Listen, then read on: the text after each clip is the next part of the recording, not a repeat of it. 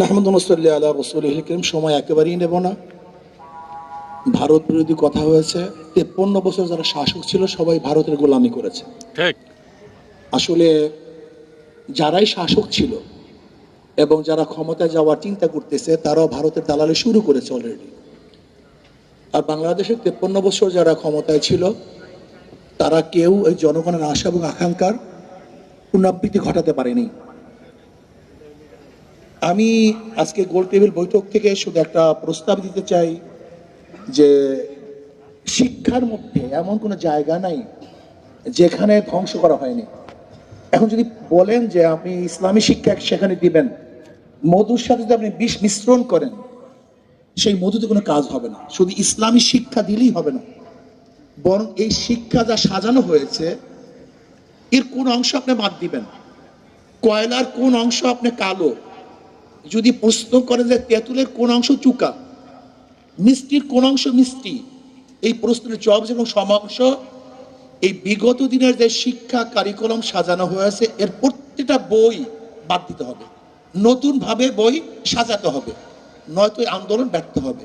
আর একটা কথা হলো এই ইসলামী আন্দোলন বাংলাদেশ 5ই জুলাই বৈষম্য বিরুদ্ধে আন্দোলনের 5ই জুলাই থেকে শুরু করেছে। 4 আগস্ট শাহবাগে আমি বলেছিলাম বিকালে যে আগামী 5 তারিখ জনগণের গণভবন জনগণ দখল করবে। আল্লাহর কি কৃষ্ণা কাকতালীয় ভাবে সেই 5 তারিখই দখল হয়েছে, কিন্তু বৈষম্য বিরোধী ছাত্র আন্দোলন ইসলামী আন্দোলনের খবরও নেয় না যে তারা কোথায় আছে, কি করবে, কি করতেছে।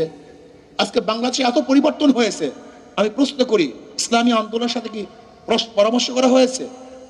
অথচ যারা যেই সমস্ত দলের মহাসচিব ডিক্লার দিয়েছে, ঘোষণা দিয়েছে যে আন্দোলনের সাথে আমরা সম্পৃক্ত নই, তাদের হুকুম চলতেছে আর আমরা জীবন বাজি রেখে মাঠে ঝাঁপিয়ে পড়েছিলাম গুলির সামনে, অথচ আমাদের খবরও নেই।